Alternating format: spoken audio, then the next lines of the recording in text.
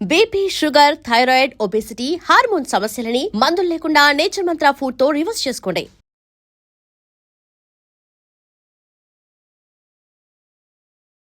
కృష్ణ గారే కొంచెం ఇది పడతారు మాకమాట, ఇబ్బంది పడతారు.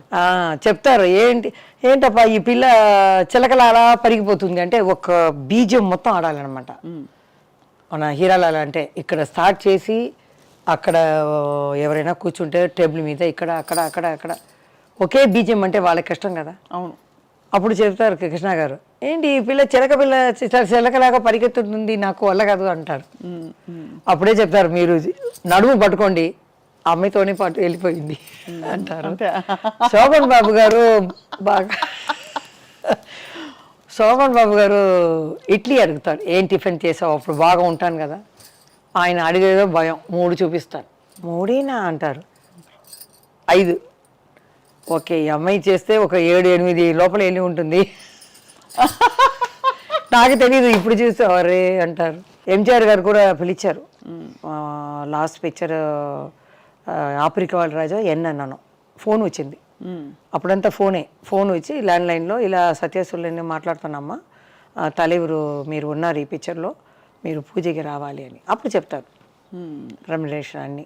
సరే అమ్మ ఆ రోజు వస్తానని నన్ను పిలిచింది, నేను రాను అనేసాను. తెలీదు ఎంజిఆర్ అంటే ఏంటి, ఎన్టీఆర్ గారు అంటే ఏంటి అన్న ఏం తెలియదు కదా. నేను షూటింగ్లో చూసుకుంటాను కదా, ఎన్నో మా అమ్మాయి చెప్పింది, లేకపోతే వేరేలాగా చెప్పి ఉండాలి. వాళ్ళు పెద్ద ఇదండి, వాళ్ళు వెళ్ళకపోతే చాలా కష్టం అని చెప్పాలి. మా అమ్మ కూడా ఏం లేదు, అమ్మాయి వెళ్ళింది. మా నాన్న అమ్మ వెళ్తే కరెక్ట్గా అడిగారంట, జయ రాలేదా అని. లేదండి కొంచెం ఫీవరిష్గా ఉందని ఆయన కడపెడతారు. నెక్స్ట్ ఈవినింగ్ నేను బయట వెళ్తే తెలిసిపోతుంది, ఒక మనిషిని పెట్టేస్తారు. ఎవరెవరు ఏం చేస్తారో ఆ చేతిలో ఉంటుంది. లతా గారు ఒక ఇదిలో చెప్పారు, ఇలా మేమంతా ఉలగం చుట్టూ వాలీబాల్లో వెళ్ళి చంద్రకళ, నేను, మంజుల ఏం చేసామంటే నైట్ 9 దాకా అందరూ నిధి పడిన తర్వాత ఆర్డర్ చేస్తాం ఐస్ క్రీమ్ లైన్గా, ఒక్కొక్క ఫ్లేవర్ లైన్గా తినేస్తాం తెలియకుండా. నెక్స్ట్ డే ఎంజాయ్ గారు చూసారంట, ఏంటి ఈ రూముకు చాలా అప్పుడప్పుడు 1 అవర్కి ఒకసారి ఐస్ క్రీమ్ వెళ్ళిందంట. అంటే వీళ్ళు ఏంటి ఎట్లా తెలిసింది ఈయనకి చెప్పేశారంట. అంత తినారా అన్నీ నాకు తెలుసు, అలా తెలుసు ఆయనకి ఎక్కడ ఏది జరిగినా అంత. ఆయనతో యాక్ట్ చేయలేదు, కానీ నా డ్యాన్స్కి చీఫ్ గెస్ట్గా వచ్చారు. ఒక సాంగే చూసానమ్మా, డ్యాన్స్ అయిన తర్వాత నేను వెళ్ళిపోతానన్నారు. అమ్మ వెళ్ళి అడిగింది, లేదు ఫుల్గా చెయ్యండి, ఫుల్ సాంగ్ చూశారు. ఫుల్ 1 అవర్ చూసి నాకు బ్లెస్సింగ్ ఇచ్చి వెళ్ళారనమాట. సో అది చాలు నాకు. మీకు అంతా అంటే మీకు మీ కెరీర్ ఎలా ఉందంటే అందరితో అంత మంచి రిలేషన్షిప్, అంత హ్యాపీ కెరియర్, ఎక్కడ ఒక్క చోట కూడా జయమాలి గారికి కష్టం రాలేదా, మనసు కష్టం వేసిందా? ఏ కష్టం అంటారు? డ్రెస్ గురించా, మూవ్మెంట్, లేకపోతే ఎవరేదో అన్నారని కామెంట్ చేశారు, ఏదైనా కష్టం వచ్చింది? ఆ రోజుల్లో అలా లేదండి, ఆ రోజుల్లో అలా లేదు. హ్యాపీగా ఉంటాం, ఇలా కప్పుకొని కూర్చుంటాం. అక్కడ వెళ్ళేటప్పుడు అలా తీసేస్తాం, ఆడుతాం, వచ్చేస్తాం అంతే. అట్లా ఉండేది అప్పుడు. మాకు భయం, పెద్ద అయినా వచ్చేస్తారా, ఆ టైంకి వచ్చేస్తారే అని. మాకు ఇక్కడెక్కడ పెద్దగా విగ్గు పెట్టి వెళ్ళే మనం ప్యాన్ కేక్ అన్నీ చేయాలి కదా. పెద్ద అయినా వచ్చేస్తారా, మనం ముందు వెళ్ళాలి అని కరెక్ట్ టైంకి వచ్చేస్తాను. ఎవరు అడిగినా కూడా చెప్తారు, కరెక్ట్ టైంగా అమ్మాయి వస్తుంది, తన పని చేస్తుంది, సైలెంట్గా వెళ్ళిపోతుంది, మాకేం ఇబ్బంది లేదు అంటారు. ఆ పేరు తెచ్చుకున్నాను. అమ్మ కూడా చెప్తుంది, అత్తగారి పేరు కాపాడాలని, అది నేను కాపాడాను. ఇప్పుడు మా పెద్ద వాళ్ళు ఉన్నారు కదా లెజెండ్, వాళ్ళ పేరు నేను అప్పుడు చేసేటప్పుడు ఏదో చెడ్డ పేరు అయినా కూడా వాళ్ళ నుంచి నేర్చుకున్న టైమింగ్, ఆ పర్ఫెక్ట్. చిన్న కూతురు ఎవరైనా వస్తా కూడా రండి రండి, ఆ మర్యాదలు అన్నీ చెప్పాలి. ఇవన్నీ సిల్క్ స్మిత గారికి ఏమైందండి? అంటే మీరు ఆ రోజుల్లో యాక్చువల్గా నాకు పెళ్ళి చేసేటప్పుడు అమ్మాయి వచ్చి బొకే కింద కారులోకి వచ్చింది, బొకే మేనేజర్ వచ్చి ఇచ్చారు, అమ్మాయి రాలా. అప్పుడు చెప్పారు, పెద్ద పైన నుంచి చూసారంట, సిల్క్ సినిమా ఉంది కారులో అని. నాకు మేము తమిళ పిక్చర్ చేసాం, ఏదో ఒక పిక్చర్, మంచి పిక్చర్. మన ప్రశాంత్ ఉన్నారు కదా హీరో, తమిళ్లో త్యాగరాజన్ అని.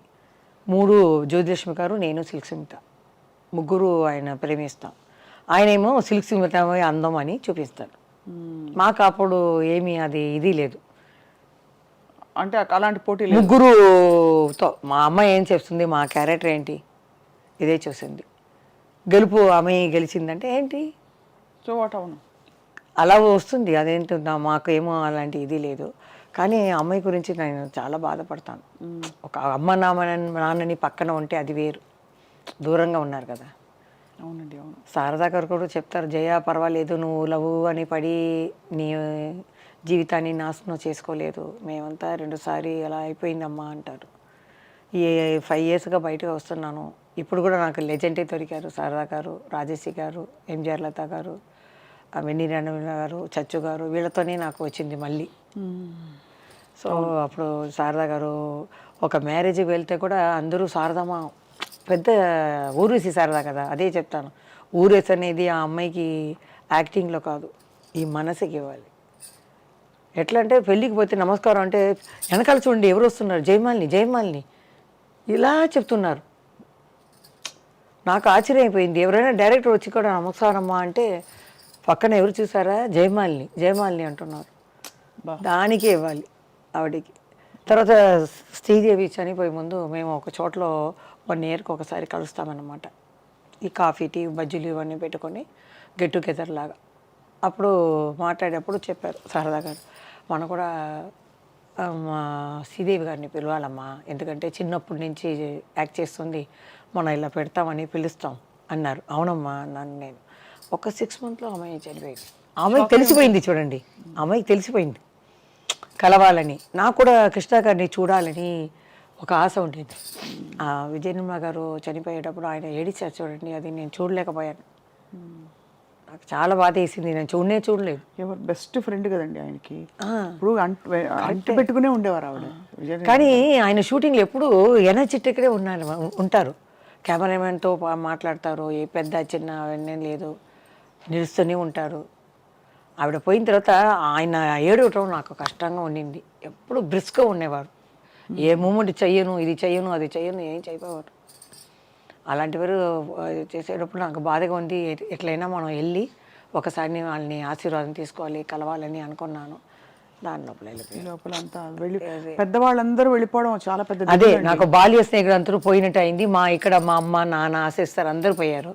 ఇంకా కొన్ని ఉన్న సిస్టర్లు అందరూ దూరంగా 25 kilometers చెన్నైలోనే దూరంగా ఉన్నారు. అప్పుడప్పుడు కలవటం కష్టం కదా.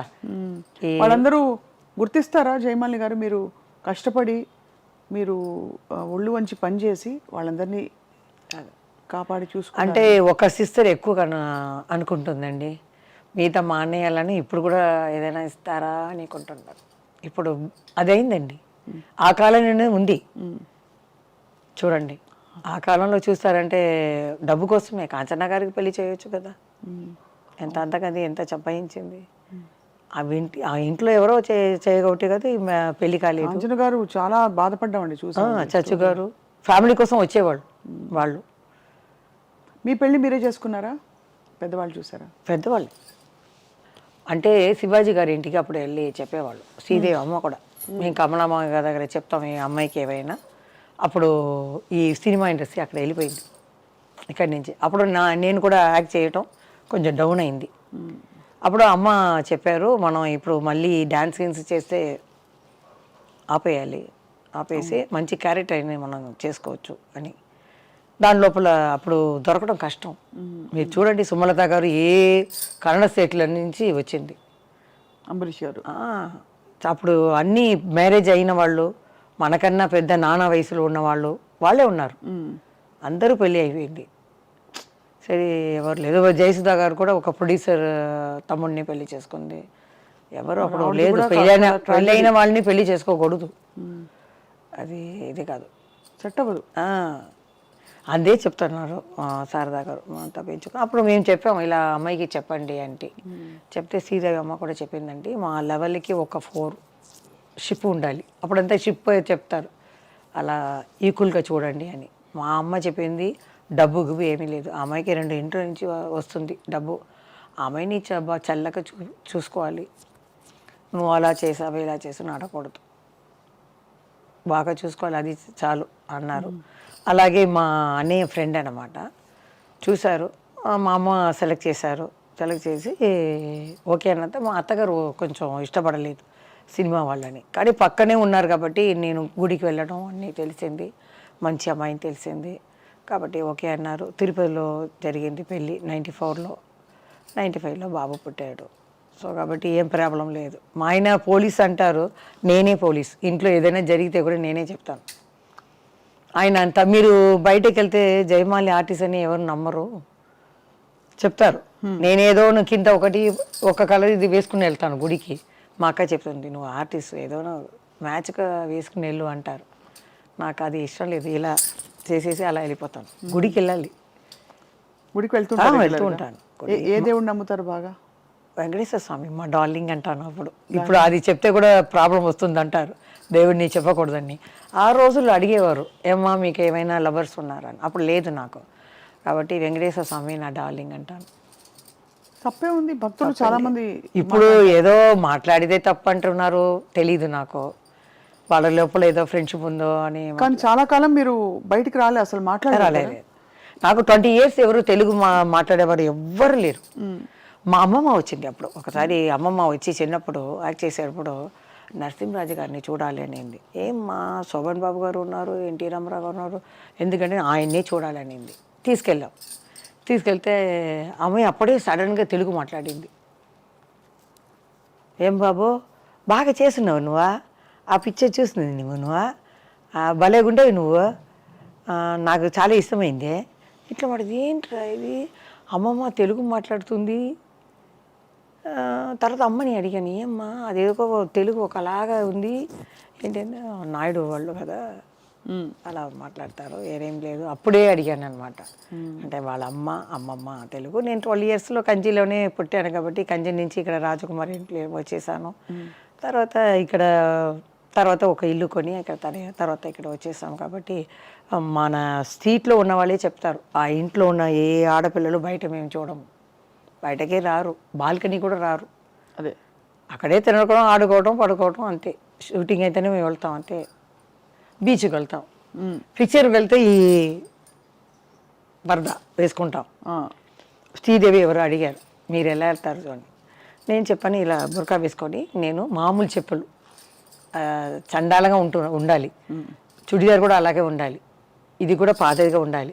దానికని స్టార్ టెక్స్ దగ్గర ఉంటుంది, అది కొనేసి నేను వెళ్ళి చూసేసి, ఎట్లంటే కారులో వెళ్ళను, ఒక కిలోమీటరు అవతల దిగేస్తాను. మా అక్కని కూడా ఎక్కువ డ్రెస్ చేసుకోవద్దు అంటాను, ఎందుకంటే చూస్తారు అట్లా కదా. అవును, సరే అని వాళ్ళని వదిలేసి నేను మామూలుగా వెళ్ళి పోస్టర్ని చూస్తాను. అప్పుడు ఎవరికి తెలియదు, పోస్టర్ చూసేసి లోపలికి వెళ్ళి వాళ్ళకి పక్కన అలా కూర్చుంటాను. వచ్చేటప్పుడు అలాగే నడిచి వస్తాను, మెయిన్ రోడ్ వచ్చి నేను ఇదే చెప్పాను. తర్వాత శ్రీదేవి గారు ఏం చేశారంటే, మంచి ఇలాంటి చెప్పులు మంచి ఇది వాళ్ళు నడిచేటప్పుడు ఈ కాలే అందంగా ఉంటుంది కదా, ఆవిడ అందగద్ది కదా శ్రీదేవి, చూసిని ఇది ఏదో ఆర్టిస్ట్ కనుక్కున్నాను. కొంచెం ఇబ్బంది పడాడు తెలుసుకుని. మీకు అన్ని ట్రిక్కులు తెలిసే అలా వెళ్ళకూడదు. ఇప్పుడు మీ వారు మీరు బయటకు వెళ్తారా షాపింగ్ అది? మా ఆయన ఇక్కడ రారు, కానీ గుడికి వెళ్తాము, ఏదైనా అబ్బాయి పిలిస్తే మేము ఒంటరికి వెళ్తాము. కానీ ఏ భాషలేనండి, తెలుగులోనే ఫస్ట్ నాకు అభిమానం ఎక్కువ. ఎవరు తప్పుగా అనుకోకూడదు, కన్నడలో ఉన్నారు, మలయాళంలో ఉన్నారు. మీరు తెలుగు అమ్మాయి సగం తమిళ్, కానీ పుట్టడం పెరగడం అన్నీ ఇక్కడే కదా. అవును, అది అమ్మమ్మ సైడ్ నుంచి అక్కడ వచ్చింది అంతే. మా అమ్మమ్మ 12 years నుంచి అక్కడ వచ్చింది. అవును, ఇప్పుడు నేను వెళ్ళి 10 years బాంబేలో ఉన్న హిందీ ఎక్కువ మాట్లాడతాను, అలవాటు అయిపోయింది కదా. అవునవును. అదే మళ్ళీ ఇప్పుడు జయమాలి గారు తెర మీదకి వచ్చే ఆలోచనే లేదా, మంచి క్యారెక్టర్స్ వస్తే? లేదు, మా ఆయన చెప్పే పంపించారు, ఇది అడుగుతారు గట్టిగా చూసి చెప్పు అన్నారు. ఆయనకి బాబుకి జయమాలి గారు తప్పు ఏమి లేదండి. అబ్బాయి ఏం చెప్తున్నారంటే, ఎందుకు కష్టపడుతున్నావు, అప్పుడు కుటుంబం కోసం కష్టపడ్డా. కష్టం ఏముంది, మీకు ఇష్టం కదా, ఈ వయసులో మన కష్టమే కదా అని టెన్షన్ అయిపోతాను. ఇప్పుడు మీకు ముందు వచ్చేసాను చూడండి, మా ఆయన దానికన్నా త్వరగా వెళ్ళి వాళ్ళు వెళ్ళేస్తారు, మన పెద్ద అయినా వచ్చేస్తారని ఈ శత జయంతి కూడా నేను ముందు వెళ్ళిపోయాను. రాజేష్ గారు వచ్చారని అంటే బండి వెళ్ళిందమ్మా ఇంకా రాలేదు, వచ్చేసి చెప్పాను. పెద్ద ఆయన అక్కడే చెప్పాను స్పీచ్లోనే, ఇప్పుడు కూడా నాకు 6 o'clock మెలుపులు వచ్చేసింది, పెద్ద ఆయన ఫంక్షన్కి వెళ్ళాలి అని కపకపని వచ్చేసాను అంటే మంచి క్లాప్ కొట్టారు అందరు. ఆ అలవాటు వచ్చేసింది, ఏ ఫంక్షన్ అయినా ముందుగానే రెడీ అయిపోతాను. ఆ టెన్షన్లో వద్దని చెప్పి వద్దన్నారు. ఎందుకంటే సీరియల్స్లో అక్కడ ఇక్కడ వెబ్ సిరీస్లు ఓటీటీలు వచ్చాక మీరు అలా వచ్చారంటే మళ్ళీ ఇప్పుడు ఇది లేదండి, ఐడియా లేదు. ఒకవేళ రావచ్చు, మనం చెప్పలేము, రేపు ఏదని మనం చెప్పలేము కదా. అదే. And for more videos, Please subscribe to iDream. Please subscribe to iDream. Please subscribe iDream. And please subscribe to iDream. For more videos, subscribe to iDream. Please like, share and subscribe to the channel. Congratulations, iDream. subscribe to iDream. Subscribe to iDream. So subscribe to iDream Media. iDream ki iDream team andarki huge congratulations. Please subscribe iDream Media. Please subscribe to iDream. Subscribe iDream. Please subscribe to iDream. iDream అంటే నా కళల channel subscribe చేసుకున్న నోరు తిరుగుతలేదు, మీరైతే గంట గుర్తు కొట్టండి. For more such videos, please subscribe to iDream. Subscribe to iDream. Please subscribe to iDream. Please subscribe iDream Media. Please do subscribe to iDream. Please subscribe to iDream Media. For best entertainment and information, please subscribe iDream. And don't forget to subscribe to iDream.